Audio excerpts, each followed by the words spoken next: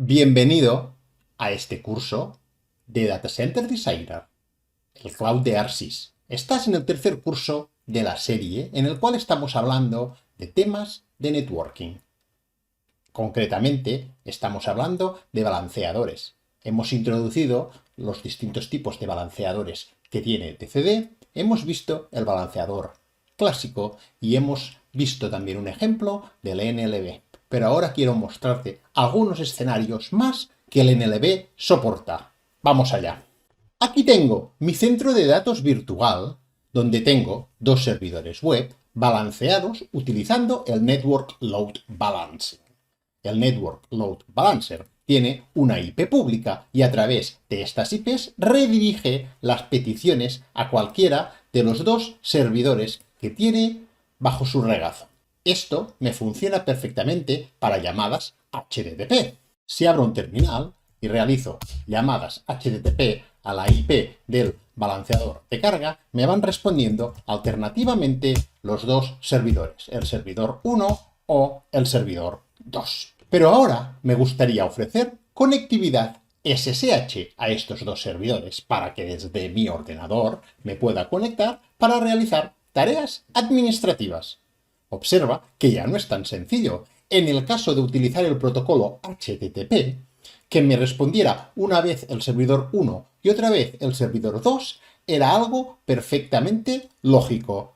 Pero si hago una llamada SSH, quiero conectarme o bien al servidor 1 o bien al servidor 2. Pero observa que las IPs que tienen ambos servidores, tanto el servidor 1 como el servidor 2, son IPs privadas. Yo no puedo acceder a estas IPs 10.x desde mi máquina. La única IP que yo tengo es la del balanceador, esta IP pública, pero si yo hago una llamada SSH, ¿cómo puedo hacerlo para que me responda o bien siempre el servidor 1 o bien siempre el servidor 2 y que sea el que yo quiera?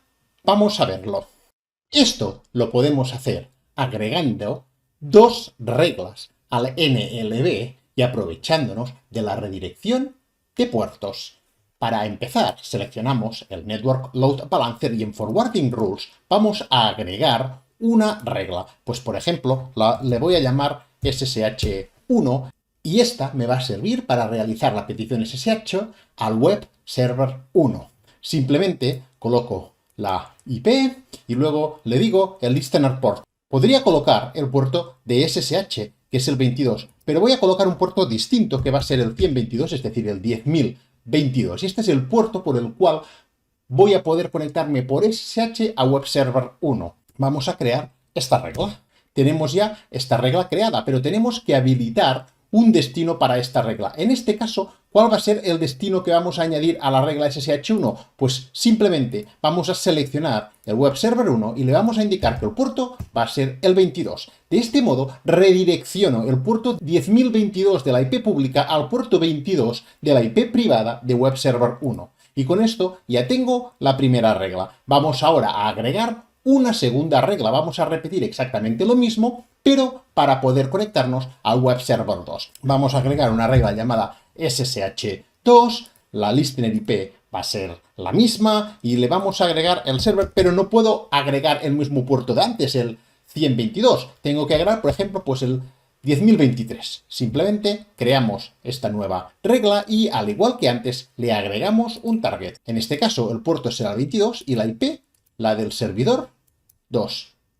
Agregamos el target y ya tengo las dos reglas creadas. La regla SSH1 me va a servir para conectarme vía SSH a Web Server 1 y la regla SSH2 me va a servir para conectarme vía SSH a Web Server 2. Como siempre, aprovisionamos los cambios. Al cabo de un rato, DCD, Data Center Designer, nos dice que los cambios han sido aprovisionados. Vamos a verificar que todo está funcionando. Para ello, abrimos un terminal y vamos a lanzar el comando SSH root la IP del balanceador de carga, la IP pública, y en este caso le voy a pasar el puerto 10.022 y la clave privada. Y con esto me voy a poder conectar al servidor Web Server 1. Vamos a simplemente colocar un ficherito ahí para que quede claro que estamos en el Web Server 1. He creado el ficherito name.txt con el valor de Web Server 1 en el directorio por defecto. Ahora vamos a salir de esta conexión SSH y vamos a abrir otra conexión SSH, pero contra el puerto 10.023. Puedes ver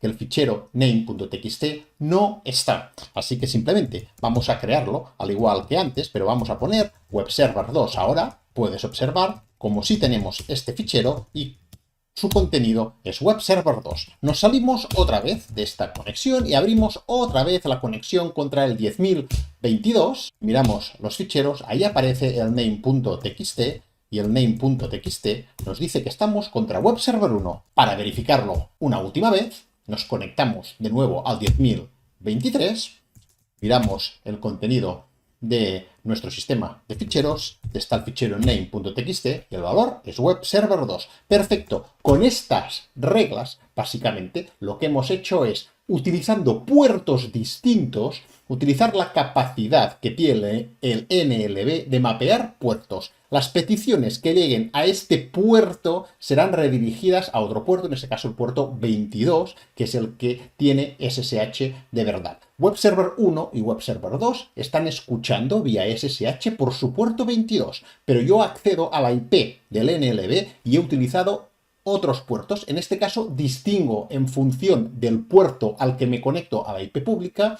El NLB sabe a cuál de los servidores subyacentes tiene que enviar la petición. Y esto, para dar un rápido repaso, está en Forwarding Rules y cuando agregamos una regla al NLB, le podemos indicar cuál es el puerto de entrada y cuando agregamos un destino, le indicamos cuál es el puerto en el ordenador de destino. Esto es lo que llamamos mapeo de puertos. Ser capaz de transformar un puerto de entrada en otro puerto cuando el NLB llama al servidor que esté por debajo. Y es uno de los mecanismos que tenemos para, en este caso, poder ofrecer SSH.